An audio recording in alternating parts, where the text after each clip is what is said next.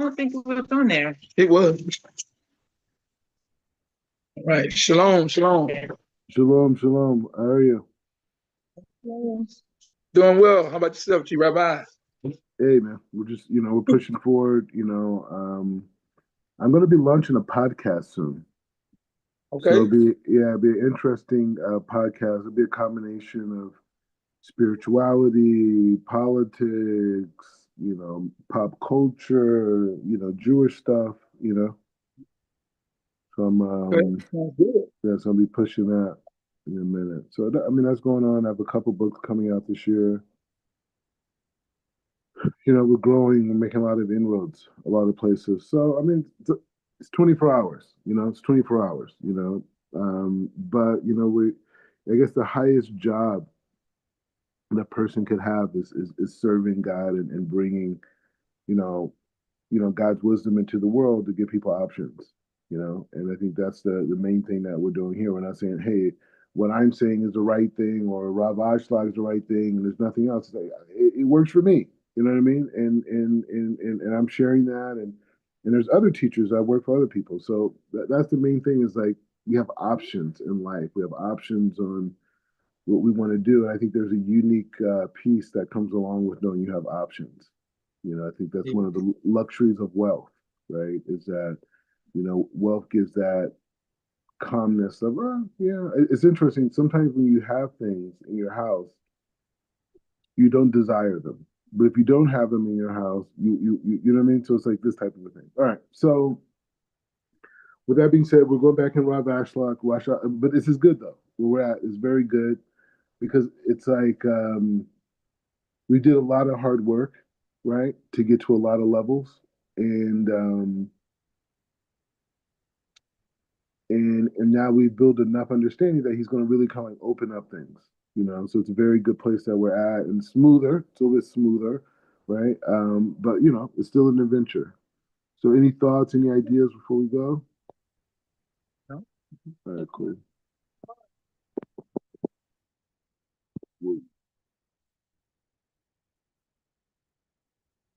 All right. So, okay, so we're back here. Sorry. You can see I was cheating a little bit. All right. Because you got to prepare for God. All right. Okay. Okay, here we go. Okay, so what we're going to go into now is that now that we understand that a little quick review, right? Now that we understand this idea that there's five parts of the soul, and we understand that there's five worlds, and within each of these worlds, there's four levels of desire: inanimate, vegetation, animal, in human. And as we correct ourselves in the mitzvot and the higher our consciousness is, we're able to ascend to these higher and higher levels, right? Okay. So that's the key point, right? And so what we're going to go into now that we have that language, we understand how the mechanism works. Now he's going to start opening up the text and what's going on inside. And these are humongous levels. I mean, like if we were in the same place, we should throw a party. This is how great of a level we're at right now in terms of language and perception, right? It's a humongous level we're at. So it's ve'is ladad shekol ilu na'ar necha be'divrei al hine. Okay, so he says this is part four, the internal secrets of aspects of Torah, the sword of Torah. And so he says, you should realize that all of the five parts of the soul, of which we have spoken up until now, are in fact five divisions that together make up reality as a whole, right? So he's just saying, because we're talking about all these things are connected to it, right? So within the soul, you can connect to all, it's a very powerful consciousness, what we're saying too. Through the soul, you can connect to all of reality, right? And that's why, like doing prayer, we want to get in touch with the soul, right? Because that's what we're speaking from. That's what we're communicating from. We're not, the body's there, we're subjugating the body, right? But through prayer, we have the ability to strengthen and become aware of the soul. Anytime we talk to God, that's a concept of the soul, right?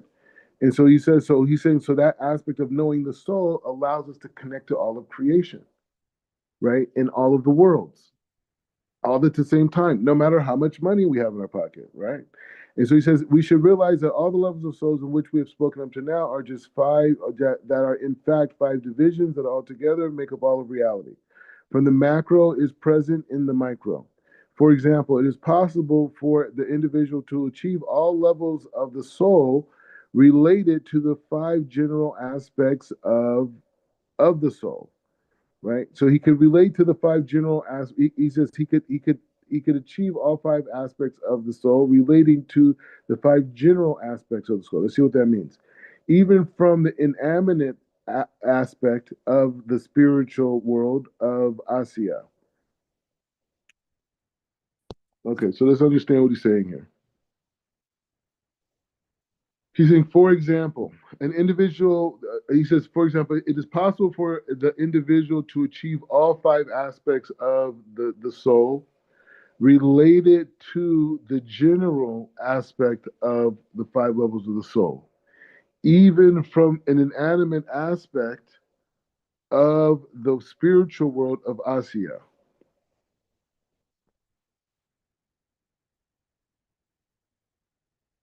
Let's keep going. Let's keep going. I don't want to speculate. Keep going. This is high level stuff. We got to break it down. He says, similar, it is impossible to acquire even the light of the inanimate of Asya without acquiring the other four aspects of the service of God as discussed. Okay, so let's keep going. So it's going to come together. It's going to come together. We're working with it. We're struggling. What does he mean exactly? Let's go. He says, "Be'ifuna she'in lak adam me Israel afetur hapetur asmo." So he says like this: the inner meaning of the secrets of the Torah, such that are not possible for a Jew to ignore them. He must be involved with them to the extent that he is capable. He must be involved with the Torah and the mitzvot with the proper intention in order to acquire the aspect of Ruach. And that it is appropriate for him, he must also be involved in the secrets of the Torah to the appropriate level so that he can acquire the aspect of Neshama and at that proper level. And at the same time, is true in regarding to the reasons of the reason. This is same is true for the reasonings behind the commandments. Even the smallest and scarce in reality cannot be perfected without these areas of study. Okay, so essence, what he's saying. So we remember before we learned about this aspect of the world of Asiya, which is the lowest world, and we say in that lowest world, you have the level of the inanimate, right? So a person can do the commandments and have really little consciousness, but as long as he does those parts, he corrects that level of that soul, right? But he's saying that even if you do that, you still have to, for the level of nefesh, you still have to achieve a correction of all the other levels within it in order to go to the next level. This is what I'm understanding he's saying, right? This is what I'm understanding he's saying. So he's saying in aspect that the different levels of study and the depth of the study bring us to the higher level. So there's a simple level and there's a high level of the simple level, right? So that would be the correction of the inanimate, the vegetation, the animal, and the human aspect of that level of nefesh, that lower aspect of the soul. But a higher level than that, and this is what I'm getting from him. He says, the high level of that is what? Ruach. So he says he must be involved in the Torah and the mitzvot with proper intention. So the first level is you could just do it and you're just a kid and you're just doing it. Your dad told you to do it. Then the next level above that, but you could perfect that level. And when the perfection in that level of just doing it, doing it because your parents told you to do it and you're just doing it, dafka, then it's like, okay, so from that standpoint, then it's like, okay, well, you corrected all four levels at that level of nefesh, right? At that perfection level of not really having consciousness, but being diligent and on time and doing everything right. But he said, in order to go to the level of ruach, you have to go further. You have to go, you got to be very involved in the Torah, and you got to be very involved with the mitzvahs, but with proper intention. And then you could acquire that level of Ruach, right? And within Ruach, there's four levels, right? There's the rock, plant, animal, and human. So you climb up those levels, right? And so he says he must also be involved in the secrets of the Torah, right? Like kind of like what we're talking about right now. So he can acquire the aspect of nefesh, right? Of proper intention, right? And even when we're reading this, we should be aware of our soul that we have inside of us. And we're getting aware, we're like learning about this new aspect of our self we didn't even know existed. And he says the same is true regarding the study of the reasons for the commandments. For even the smallest and scarce reality cannot be perfected without these areas of study. He says, "Ume kina tavina ed ha shivut ha shekut mashe mas unu." So he says the reason for the drought and the darkness in our generation. So now he's getting a little personal. He's going to open up. He's because this is the whole basis, and that's one of the things I'll say that what made me really fall in love with a lot of the writers of Torah, right? A lot of the Jewish writers throughout history was that most of their writings were coming in a place of there was really bad things happening, and they really felt they had to do something about it, and so they wanted to get the ideas out, and so they wrote these very compelling books and literature, really explaining this, right? And so he says like this. So he says the reason for the darkness and the drought in our generation, right? You got to realize that Rav Ashlag is like 1920s, right? He says, and now you can understand the drought and darkness of our generation, which is unlike those of earlier generations. For even those who continue to serve God have abandoned their involvement in the secrets of Torah. Rambam has articulated this through the allegory. If there is 1,000 blind people on the path with one slighted person leading them, then they are sure to remain on the proper path, and they will not trip over obstacles, as the slighted person will lead them. But if the person is not sighted, sorry, that's sighted. But the person is not sighted.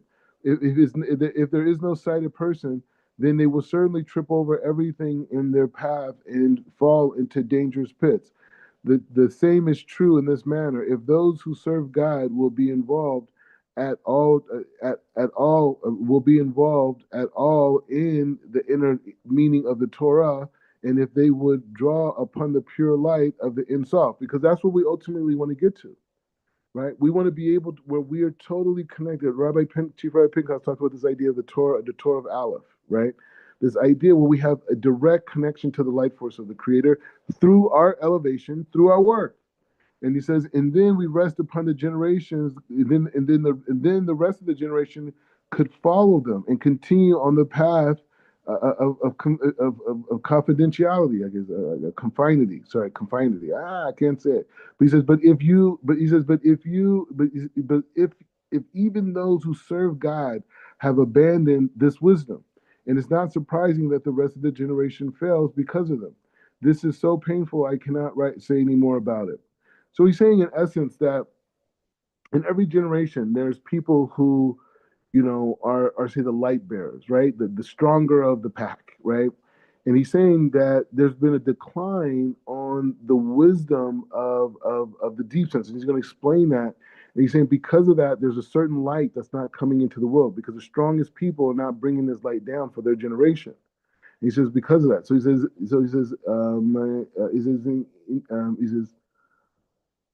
okay. Hold on 1 second. Let's see something.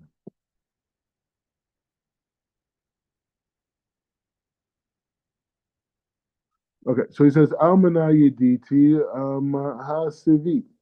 So he says like this. He said the solution to the darkness. I know, I know that the true cause of the drought and the darkness of this generation is the decline in the faith in general and the faith in the holy sages in particular. Kabbalistic books, including the Zohars, are filled with parables of material things. Therefore, people are so afraid of doing more damage than good, since they may lead to sin by believing that there is something incorporeal in God. and that they stop teaching the secrets of the Torah. This is like real, like this is like real thing right now. This is like Rav Ashlag like writing his heart out, explaining like his fear for the generation and what his whole purpose is. This is like real. Like, this is like such hidden information. Vehivu she'irinia le'asoda be'ir mi sech mi sorry mi safech ma'ala haketiv. And he says the Arizal. Okay, so he says this darkness had led me to write a commentary on the works of Rabbi Isaac Luria, and I later on the Zohar, and I was able to remove this fear by explaining that the demonstration by demonstrating clearly that these parables are not speaking of something physical, but something spiritual, something more abstract than anything that can be imagined in the physical world, something above places and time. Those who read those commentaries will realize that they can enable every Jew to study the Zohar and be warned by its holy light. Vekarati or Veshem it said Sulam.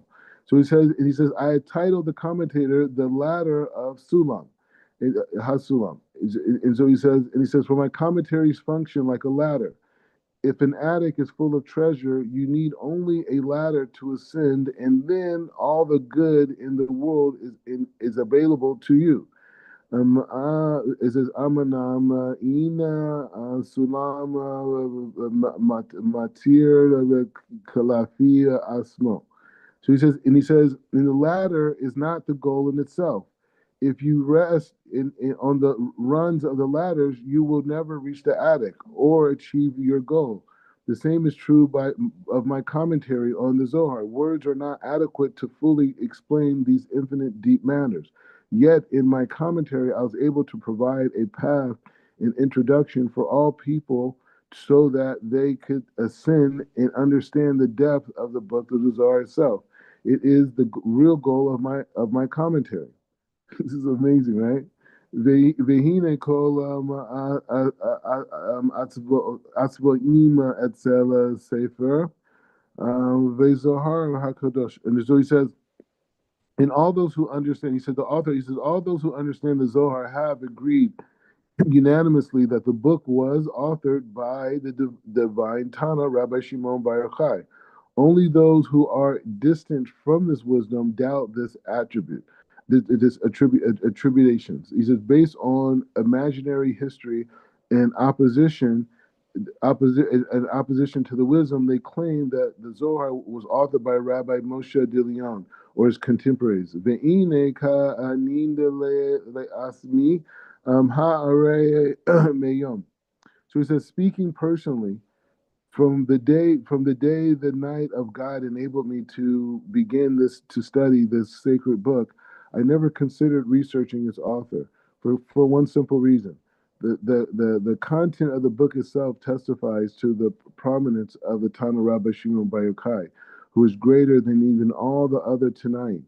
If I were to be convinced that the Zohar was authored by someone else, such as Moshe Delaron, or the likes, I will simply come to the conclusion that the person Moshe Delaron is greater than all the Tanaim, including Rabbi Shimon.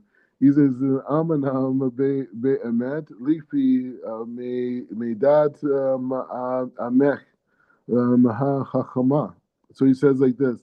So indeed, the book is so deep and wise that evidence that it is written by one of the 48 prophets would make more sense than attributing it to one of the Tanaim. Moreover, I have conceived that the Moshe himself received the Zohar on Mount Sinai from God himself.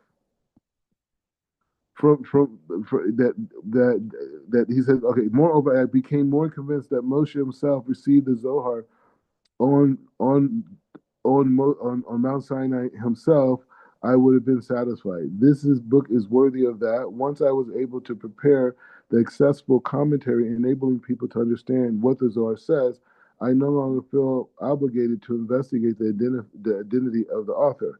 No one who understands the Zohar could doubt that the author is any less than the great Tana Rabbi Shimon Bar Yochai. Vekin lefi zeh. This is big, huh? Zeh nasalat mahashalat lemi lo heye. So he says like this. He says this raises the question: why was the Zohar not revealed in earlier generations? Which were not doubt at high levels than the latter generations, and more worthy of it. He says, in addition, why was the proper interpretation of the Zohar not revealed into the times of the Ari, and not during the time of early Kabbalists? And the greatest question of all is why is the proper interpretation of the words of the Ari and the Zohar not revealed amongst his generation? Right? Could it be that the later generations are better than the earlier ones? So he's making us work. He's making us work. So he's asking some big questions, right? You got to put a smile on your face. He's asking some big questions. So he's saying that you know he basically puts the Zohar in the status and says, "Hey, you read the Zohar, you'll be convinced of that it's beyond level." I would, if you would have told me it came from Moshe Mount Sinai, I would have believed it. That's how big the Zohar is. This is Rav Ashlag saying this. Okay, you're just learning he built us up to this point right now. So he did that. He wrote that down and took us level to level to level to, like, can we imagine of the something completely abstract and connecting piece by piece that we were able to climb the ladder? That's where he started us from the beginning. Remember the original questions? And then now we're here at this point. It's a ladder, right? Okay, so he's asking these serious questions. He's saying, like, why didn't the Zohar come earlier? Why is the interpretations? Why is it all happening now? Veha teshuva lahi ki ha'olama I'm sorry, be shech zeman lakirivin. So he's saying that the answer is during the 6,000 years of the world's existence, the world was like a pasuf, like these structures that we talk about, the different like Chokmah Bina, all this type of stuff. A parsuf is one of these structures. It was like one parsuf divided in three parts: the head, the body, the end. Right. So if you could say that the human body is just an expression of a series of different energies, right? So the head is shaped the way it is because the head is expressing a series of frames of energy. So is the chest, so is the right hand, and the left hand, and the stomach, and the reproductive organs, and the legs, and the feet. So he's saying we could understand the 6,000 years of the world's existence through looking at it in these structures of the body: the head, the body, the end. These three parts parallel the units of three spheros, right? The three spheros, Chokmah, Bina, Dot. So it's a whole thing. These are structures. We may not have graphs right now, but you have enough to accept the idea, right? And so he says Chokmah, Bina, Dot, or he says, and he says Kagba. So he's bringing two new systems in. This new system is called. So you remember the system we had before, which was called Keter Chokmah Bina, Tiferet, Malchut, right? You had that system earlier, right? And so that system was, it's called, I'm slipping my head right now. Anyways, I don't want to go back to it because we're flowing. But the point is saying we have new systems now.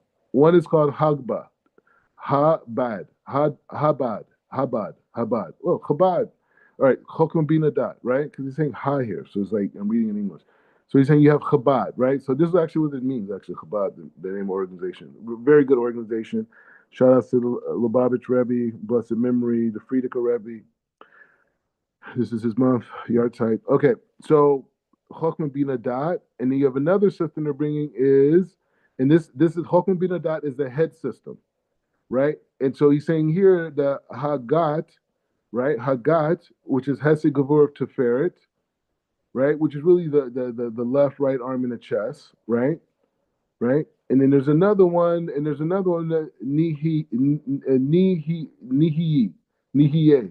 what is Netza Chod Yesod, which is the left, the left and right leg in the reproductive organ, right? So he's saying these are the three stages of existence, right? This is how we're going to understand this whole process of the 6,000 years of the world's existence.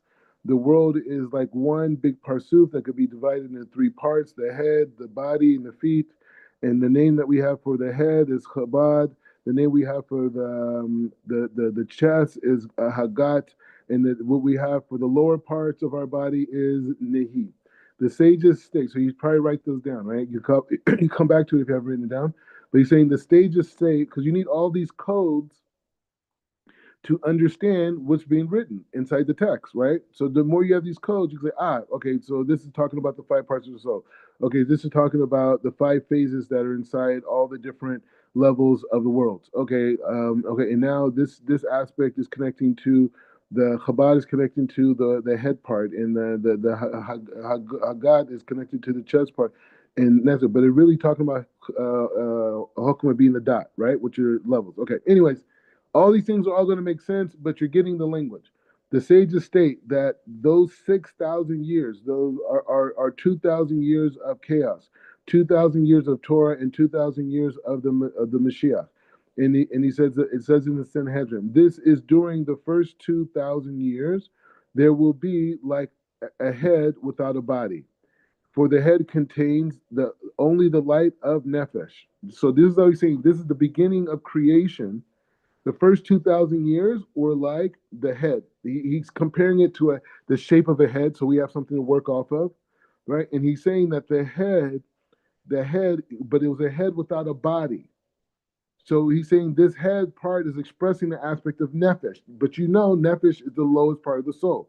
So he's showing you that the beginning of creation was not all there. He says yish arig ha hapaki bein kelim leorot. So he's saying like this, and he says, and there are an inverse relationship between light and vessel. He says first the vessel grows with each parsuf, the structure, starting at the beginning. So all energy is forming these structures, but the lights are opposite, right? For the lower lights are enclosed in the parsuf. That's the structure, the vessel. And then he says, hence the vessel contains only the upper levels, meaning Chabad. He says it's only the most inner light of those of nefesh descend that are to be enclosed. Okay, let's try to understand what's being said. Okay, so he's saying like this. He says the inverse relationship between light and vessel. Okay, so he's saying that in essence the vessel is made of light, and so is the lights. Right? That's how they are. Now they may manifest themselves physically different, right? It may express itself in a physical thing, and the lights stay light, right? But in essence, they're both the same, right? So he says the first vessel grows from the parsuf, starting at the beginning, but the lights are the opposite, right? So he's saying for the lower lights are enclosed in the parsuf. Hold on a second. So he says the lower lights are enclosed in the parsuf at the beginning. Okay, so imagine this skull growing, right? So say the skull doesn't exist, and out of nowhere this kind of like structure starts to grow, right? So he's saying that on the inception, when it starts growing, the lower lights are part of that aspect, right? And so he says, hence, if the vessels contain only the upper lights, namely Chabad, then only the most lower lights, those of Nefesh, are there to be enclosed. He said, okay, so let me go a little further. He said, first the vessel grows with each parsuf starting at the beginning, but the lights are the opposite. The lower lights are enclosed in the parsuf at the beginning. See that? So in the beginning, as it grows, like as it comes into creation, it's the lower lights that manifest. As it continues to expand, that's when these higher lights of Chabad start to manifest. Okay, and he says, and this explains the first 2,000 years of chaos. So the chaos is existing because of this maturation of these lights evolving, right? So he says, ooh, he says, okay, so he says, He says, Afilim hashanim shel haolam she'im vechinat chav gimel tef. So he says like this. So he says, and the second 2,000 years were linked to the vessel of Hagat, right? And so he says the light of Ruach descends and enclosed in that world. So the second part is the upper body, right? Hagat, Hesed Gavur Tiferet, right? Which is the left or right arm, the upper body chest area, right? So he's saying that was the body that started to emerge after the head was complete. The first 2,000 years are in this frame of the skull, and as the skull matured, started with lower lights and went, like you could say, like from the caveman consciousness and on, right? And so it expands into it reaches completion of Chabad. Once Chabad was completed, then this aspect of Hagat, which is the light of Chesed Gevur Tiferet, right? Is that so? What they're doing now is that he's comparing the first aspect of Chabad, and he's comparing that to Nefesh, right? So he's comparing that to the Nefesh aspect of the soul. So we're looking at the three aspects, we're looking at the soul's progression here. So now he's saying the second part, this Hagat, which is Hesed Gevur Tiferet, he's saying this aspect, right? He's saying that this aspect is connected to also the level of Ruach, right? And he said is enclosed in this world, which is the secret of the Torah. He said this is why the middle 2,000 years are called Torah. That's the middle 2,000 years are called Torah, and they're connected to this concept of Ruach, right? Because the Ruach descends and is enclosed in this world. So the Ruach descends this wind, this air, I guess, the stream, and the stream connects to the secret of the Torah. So the second 2,000 years, the first 2,000 years were Tohu Vuhu, right? Were chaos. The skull was being created. Chabad. Now the second part of it is now emerging, and this is the body, and the body is related to the Torah. And he says that's why the middle 2,000 years are called Torah.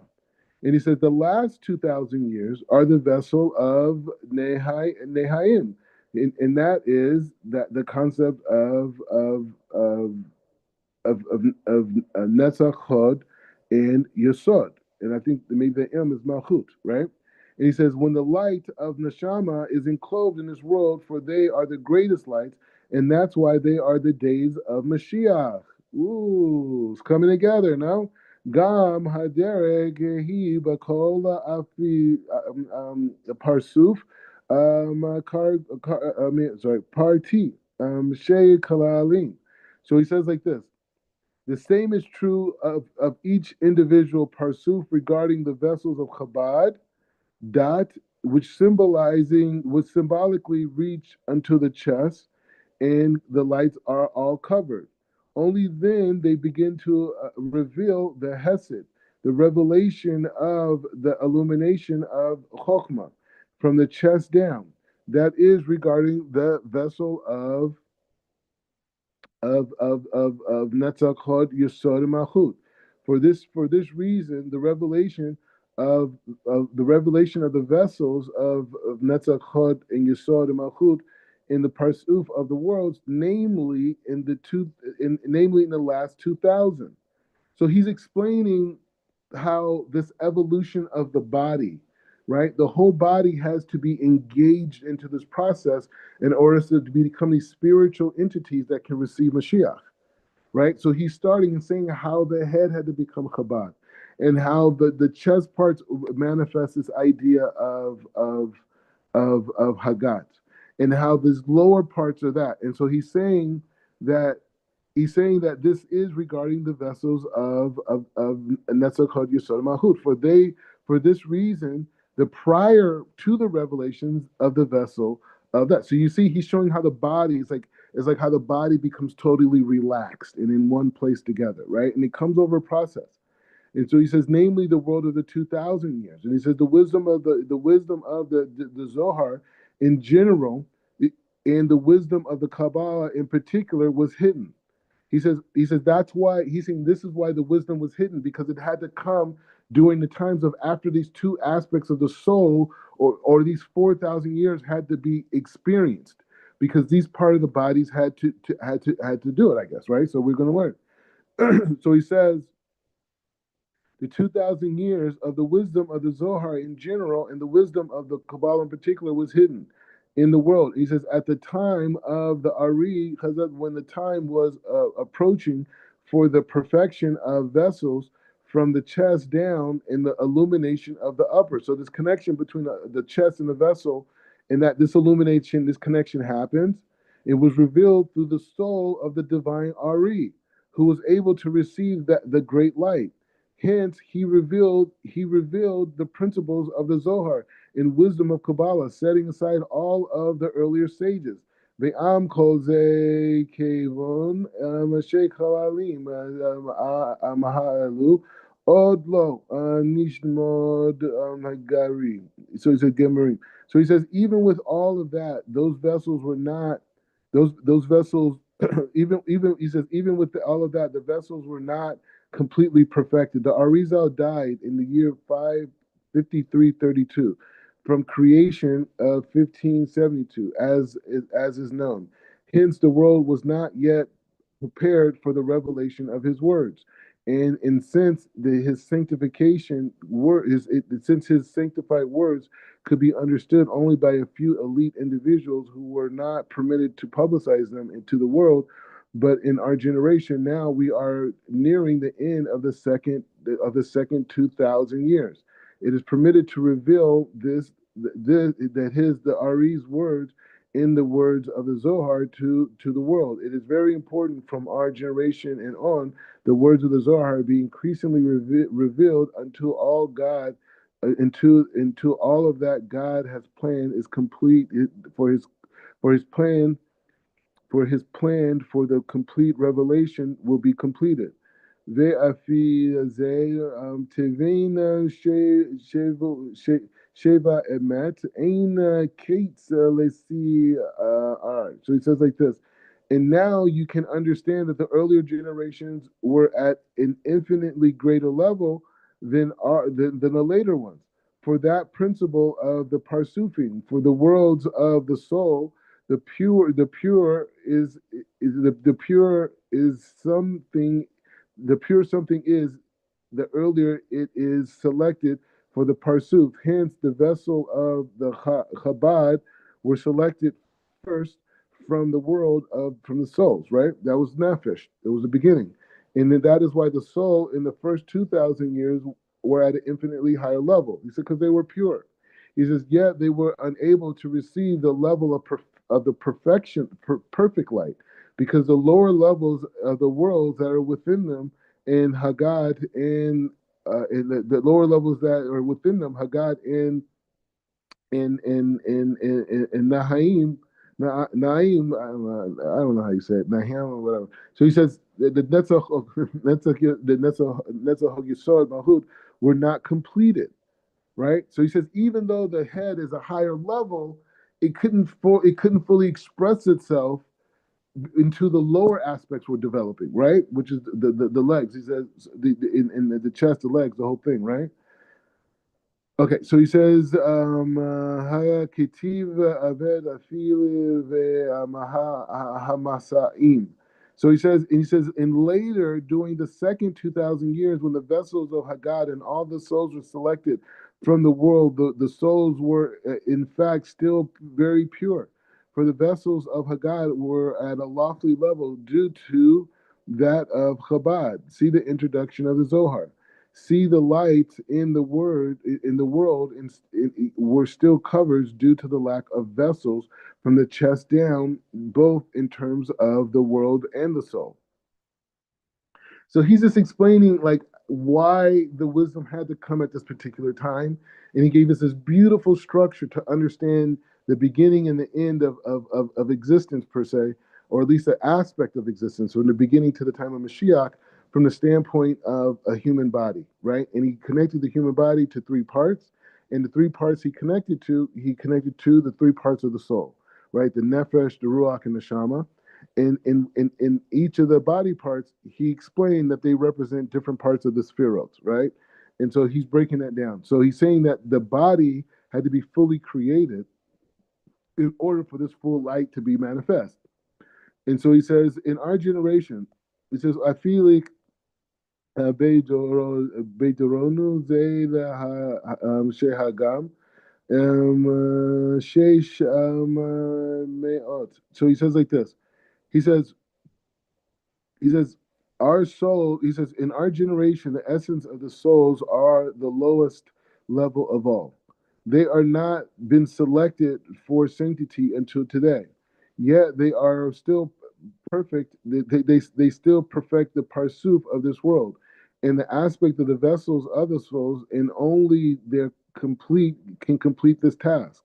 And now the vessel of Na'a can be perfected. And all the vessels possess a head, a middle, and end in the parsuf. Hence, the entire levels of light flow from head to toe. And to the extent that they are worthy, the perfected Na'a are discussed only with the perfection of these lower of these lower vessels that can these lower so he says with the perfection of these lower vessels can the upper lights be revealed, not before. So he's saying that we're not as high as the generations before, right? They're obviously higher from it, but it's due to our imperfection that we're perfect for this particular level of manifestation, right? So he's going to ask us a question from the Gemara in Brakot. Uvi emet manim sad kashi zev od videvri. So he says like this. So it's something from the Brakot, right? He says Amar le Rabbi Papa le Abaya. So he says like this. So he says, Rob Papa says to Abaya, what is the difference about the earlier generations for when the miracles occurred and what is different about us, from whom the miracles do not occur? If it is because the Torah study in the years of Rav Yehuda and all of their learning was confined in order in the order of Nizikin, right? Damages, while they learned the six orders. Moreover, when Rabbi Yehuda would reach a tractate which was discussed, which discusses the extent of which in which the stems of various fruits and vegetables are considered integral parts of the produce in terms of becoming ritually impure, in a halakha that women who pickled vegetables in a pot, and some say that he would reach a halakha that the olive pickles with with their leaves are pure because they are pickled. Because after pickling, it is no longer possible to lift up it by its leaves, so they're no longer considered part of the fruit.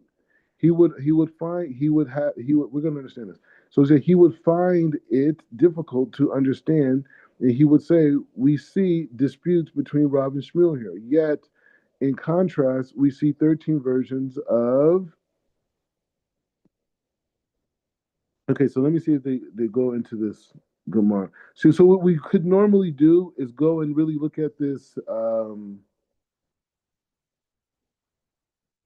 go and see what the discussion is in this Gemara, because he's kind of bringing out, and he wants to bring it as an example, right? So they're talking about the earlier generations versus later generations, and how earlier rabbis were at such a level they would make certain decisions, right, that later rabbis couldn't, right? So they're trying to use that as a basis of I guess understanding the past versus this. This is Alpha P can Rebbe Yehuda. So he says, in regards to miracles, it was after declaring a fast to pray through a drought when Rav Yehuda would remove one of his shoes and the rain would immediately fall, where we torment ourselves and cry out and no one notices us. Rabbi Abai said that the previous generation who wholeheartedly dedicated to the sanctification of God's name, while we are not as dedicated to the sanctification of God's name. So he's saying that's the difference. They could do supernatural miracles because they were closer, they were more connected. We're more lightweight. He says, FLP, even though Shein le makish vehina le mit retz haya Barur. So he says, according to the Gemara, according to both the Gemara questions and answers, he said the earlier sages were greater than the later ones. Still, as far as Torah and wisdom are concerned, Papa and Rav Abaya are more important than the earlier sages. Thus, it is explicit that their earlier generations are greater of importance in terms of the essence of their soul, because they're pure things that came into this world earlier. Yet the greater Torah knowledge comes from into the world in later generations for the reasons discussed earlier. And he says, since the generation levels of the cosmos grow in perfection over time, then he says perfection over time. He says since the general levels of the cosmos in perfection over time, the more perfected lights show through them the later stages, even though their essence was inferior. Okay, so it's interesting. So he's saying that this idea of the prior sages in the past that were part of the time of the Hagat, right? The chess generation, right? That was a generation that was the middle 2,000 years, right? And those middle 2,000 years were known as the time of the Torah. And the people that were much higher, they could do miracles, these different things. But nevertheless, the Torah that's closer to our generation because it's connected to the level of correction of our generation, right? That's why you have guys like, the chief rabbinate of Africa and all these people, going around teaching because we're part of that process of that last aspect of revealment, right? Even our people in many ways, right? Okay, so even though we're not as high on them, we're more relevant. So he says, "Ve'im leha kashuta lefi zeh." So he says, and do not raise the following challenge. If so, why may we not disagree with earlier stages? That's what he's going to say. He says, so how can we not disagree regarding he says we not disagree with earlier scholars regarding the revealed Torah. He says the answer is the opposite. He says it is true of perfecting the practical aspects of the mitzvot. Then the earlier generations were more perfected than the latter ones. But this is because the practical aspect of mitzvot flown from the holy vessels of the sphirot, while the secrets of the Torah and the reasons for the commandments flow from the light of the sphirot. You will know that there is an inversion relationship between the vessel and the lights. Regarding the vessels, the greater ones develop first. Hence, the earlier sages were more perfected than the later ones regarding the practical. But the opposite is true regarding the lights, where the opposite lower lights develop first. Hence, the lower ones are more perfected than the early ones. He says, understand this well. So he's saying like this. He's saying that this idea, and I think maybe we could stop here. I think this is a good place to stop, and we could do a little halakha. But any thoughts, any reflections? It's a lot of stuff went down today. A lot of massive revelations. A lot of lights. A lot of lights came down. Yeah, no problem.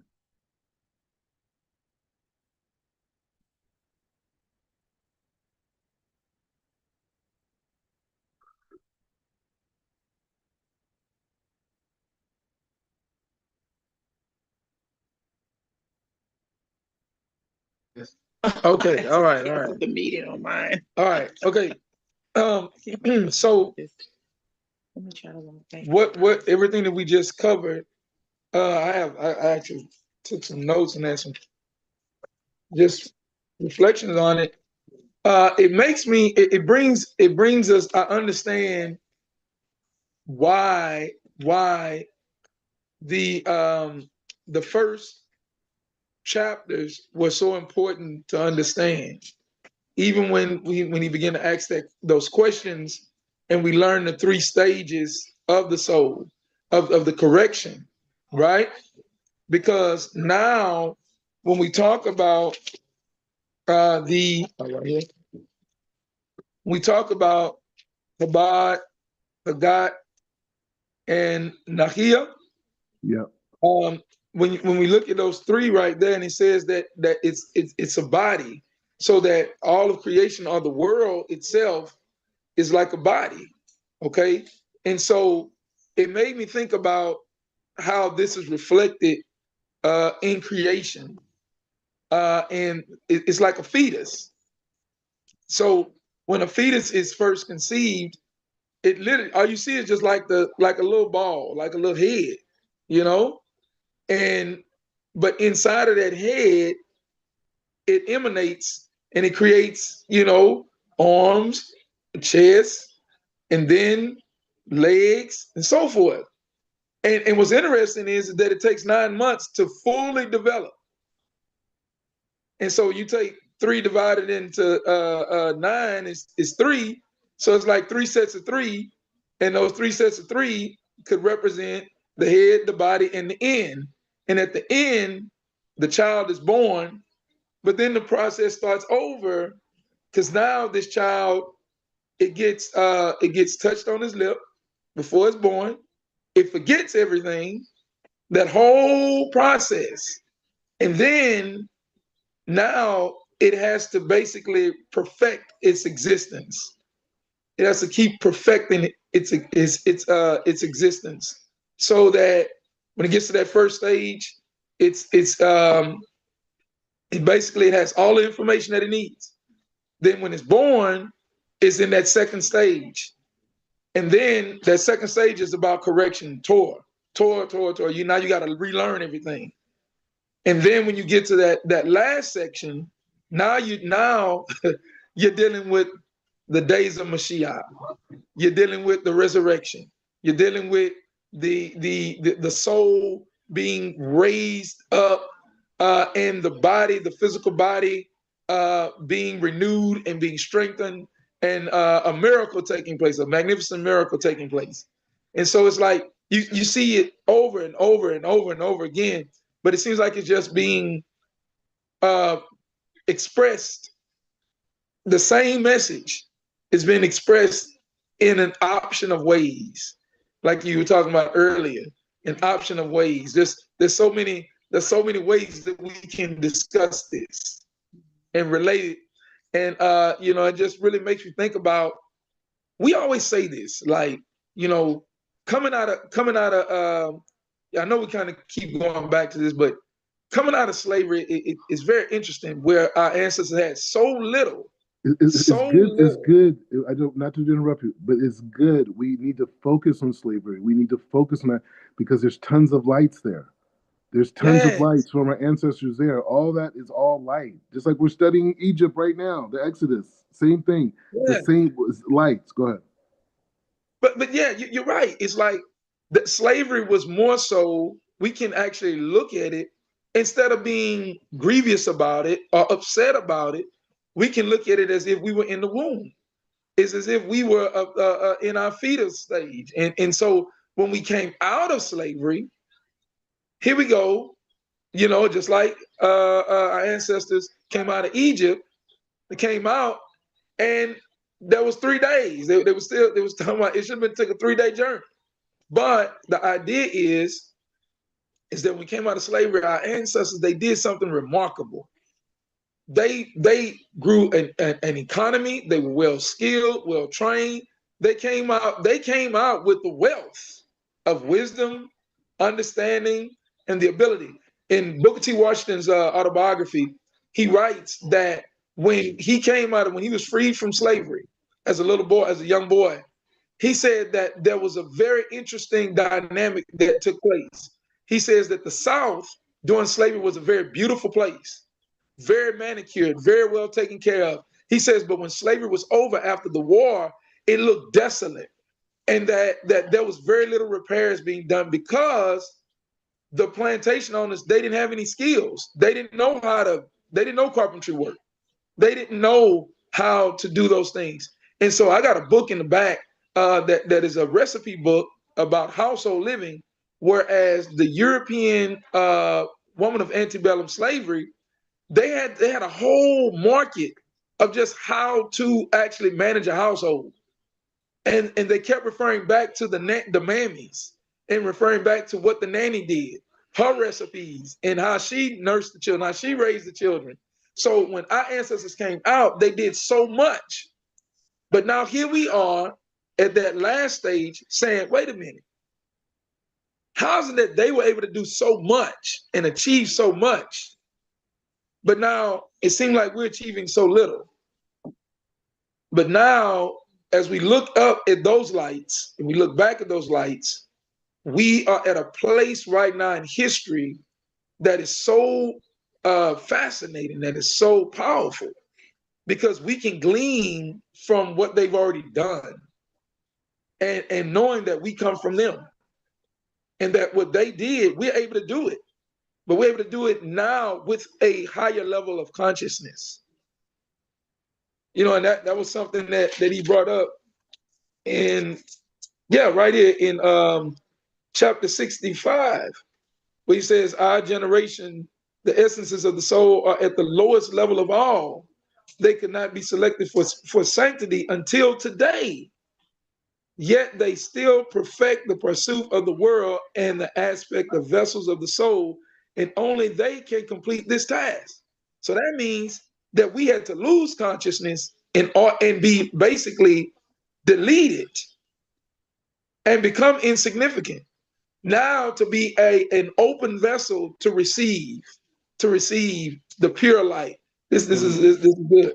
You got You it. want to? No, yeah, I mean that's pretty deep. But my thoughts was just like on a vessel, just like a actual like a vase, a vase that is from the source, and it's created and it's molded and fashioned and shaped, and it has light because it's come from the, from that inanimate stage, that rock stage, or however it's produced, and then it's waiting to receive all the beautiful things that needs to come into it, that light that's coming down.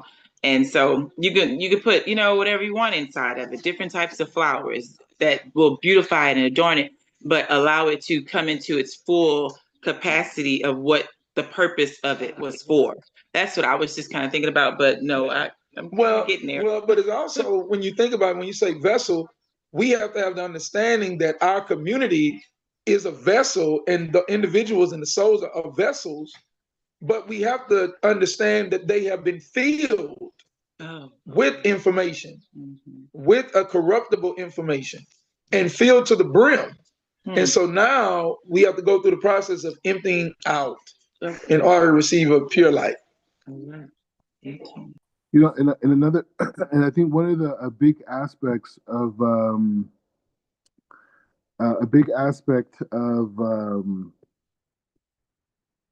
of connecting to the teaching was the heart of Rav Ashlag, right? And him dealing with the world that was just like, he's so fearful of a world that he feels, it could forget about, wisdom that is essential,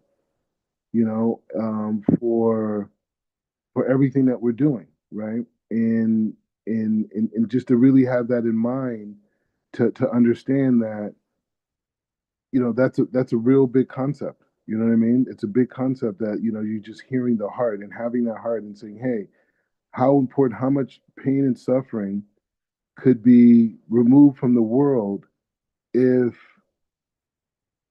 we were able to share this wisdom, that people could see that there's a whole system here, right? And your fulfillment is not dependent on material items, right? It's not dependent on status. It's not dependent on any of these things, right? And you could build yourself, just whatever means that you have. You could build yourself.